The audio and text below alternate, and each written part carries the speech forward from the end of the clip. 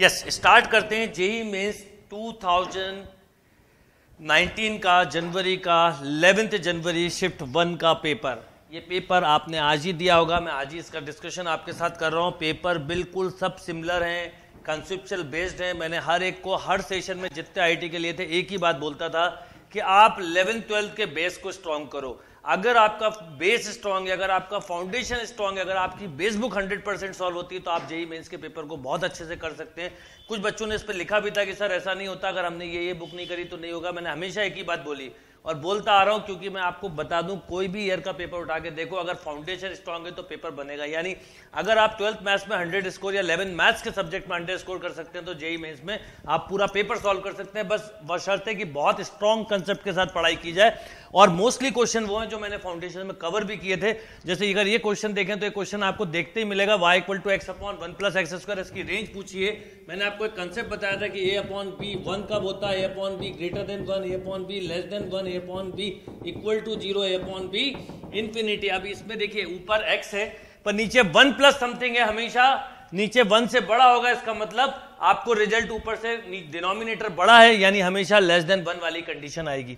एक बात। दूसरा, एक ही नंबर ऐसा होता है जिसका स्क्वायर सेम है, यानी अगर आप ठीक 0 रखेंगे तो 0, 1 रखेंगे तो 1/2, -1 रखेंगे तो -1/2, यानी रेंज हो गई -1/2 से 1/2। क्योंकि जब आप आगे बढ़ते जाएंगे 2 रखेंगे तो क्या होगा 2/5, -2 रखेंगे तो -2/5 और छोटा होता जाएगा तो रेंज इज -1/2 से 1/2। देखते ही विदाउट यूजिंग पेन इस क्वेश्चन को सॉल्व कर सकते थे।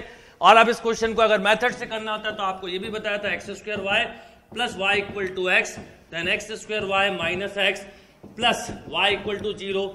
आप x की क्वाड्रेटिक इक्वेशन बनाए और इसका जो डिस्क्रीमेंट होता है वो रेंज को बताता है, यानी b² - 4ac को > 0 से इक्वेट करो तो क्या हो जाएगा 1 - 4y² > 0 इन 4y² - 1 <= 0, 2y - 1, 2y + 1 <= 0।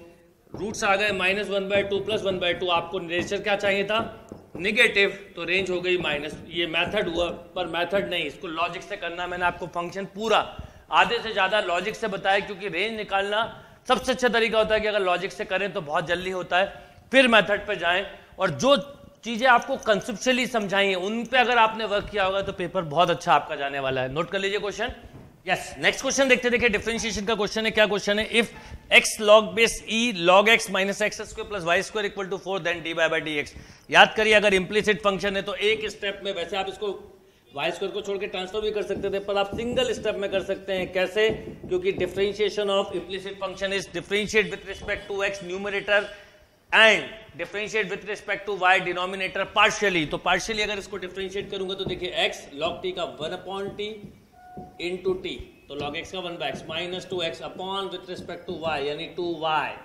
राइट, यहीं पर एक चीज समझ में आ गई आपको कि अब आपको x की जगह e रखना है, पर आपको y की वैल्यू भी निकालनी होगी। ये कैंसिल, x की जगह e रखा, log e 1, तो 1 माइनस ऑफ 2e अपॉन, अब y की वैल्यू यहां से निकालिए, यहां पर रखा देखिए e, log e 1 log 1 0, यहां पर रखा -e² + y² = 4, then y² = 4 + e², then y = √4 + e²। तो आंसर आ गया आपका, देखिए 2y है, राइट, माइनस का मल्टीप्लाई कर दीजिए तो 2e - 1/2 √e² + 4। देखिए कौन सा ऑप्शन है, this is the right answer. वैसे आप ध्यान देते हैं, अगर 2e - 1 देखें तो एक ही न्यूमरेटर में है 2e - 1, आप y नहीं भी निकालते तो आंसर हो जाता नहीं। कई बार अगर लॉजिकली स्ट्रांग हो तो आपको आधे क्वेश्चन के बाद समझ में आ जाता है। जैसे ही 1 - 2e लिखा था, यानी 2e - 1, आप y मत निकालिए, आपके पास एक ही ऑप्शन था, आप मार्क कर सकते थे क्योंकि नन ऑप्शन नहीं था। Right, note down this question. Yes, next question देखते देखिए। डिफरेंशियल इक्वेशन का क्वेश्चन है। हर शिफ्ट में डिफरेंशियल इक्वेशन का बिल्कुल इसी तरह का सिमिलर क्वेश्चन आया हुआ, अगर ध्यान दें। If yx is a solution of differential equation satisfying, और लीनियर इक्वेशन का क्वेश्चन आया।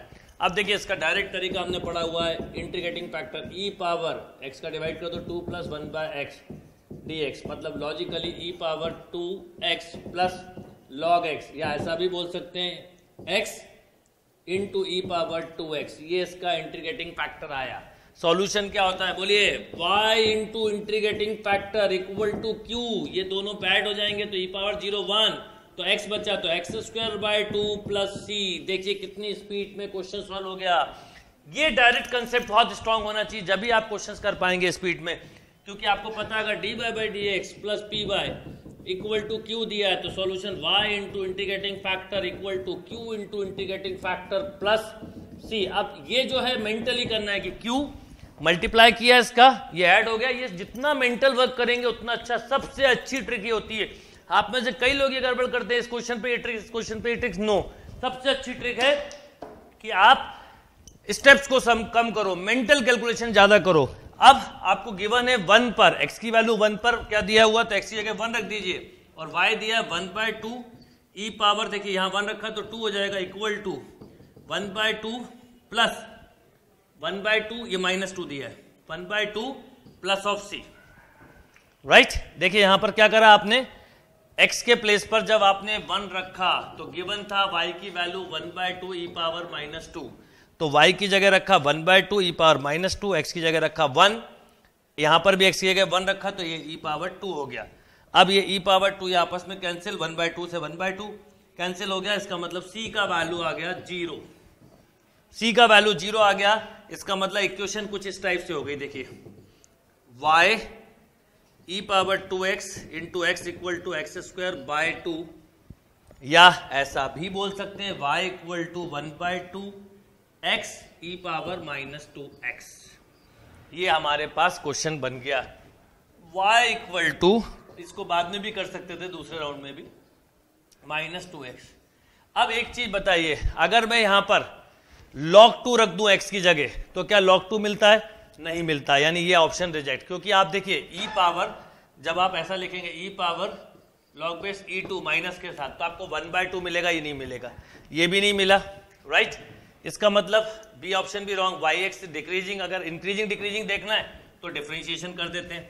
तो इसका अगर मैं dy बाई डी एक्स करूं तो देखिए 1/2 बाहर छोड़िए, e पावर ऐसा होगा x का 1 e power -2x minus 2x into e power -2x।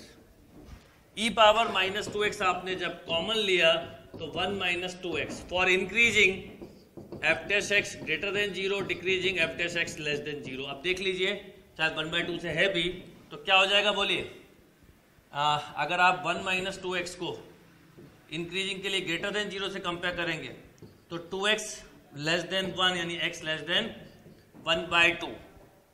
Right, ये आ गया, ये इंक्रीजिंग के लिए।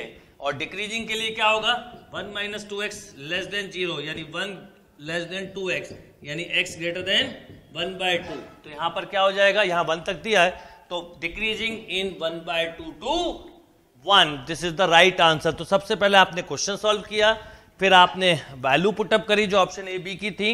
डिक्रीजिंग नहीं है, डिक्रीजिंग स्टार्ट हो रहा है 1/2 से, 0 से नहीं, उसके बाद चलेगा। इसका मतलब आप बोलोगे x ग्रेटर देन 1/2 यानी 1/2 से 1। तो correct answer is D, Delhi. Note कर लीजिए। यस, नेक्स्ट क्वेश्चन देखते हैं। देखिए प्रोबेबिलिटी का, प्रोबेबिलिटी के हर सेट में, हर शिफ्ट में सिंपल क्वेश्चन आए हुए हैं। देखिए क्या क्वेश्चन है, from the set of number 1 to 11 में 2 number are taken such that their sum is even, जिनका सम इवन हो। अब देखिए 2 नंबर का सम इवन जब होता है जब या तो दोनों ऑड हो या दोनों इवन हो। तो 1 to 6 में अगर मैं इवन की बात करूं तो 5 इवन, ऑड की बात करूं तो 6 ऑड नंबर है। ठीक है, their sum is even, then conditional probability the selected number are even. मैंने आपको इस क्वेश्चन में हमेशा बताया कि इसमें हमेशा आप ये सोचिए कि सम इज इवन बोला, पहले तो बताइए इवन कब कब आएगा, या तो इन 5 में से 2 आए या इन 6 में से 2 आए। अब कंडीशन जो बोली जाए वो ऊपर ले लो कि अब बोला हुआ है सिलेक्टेड नंबर आर इवन, तो मतलब इवन वाला आ जाएगा।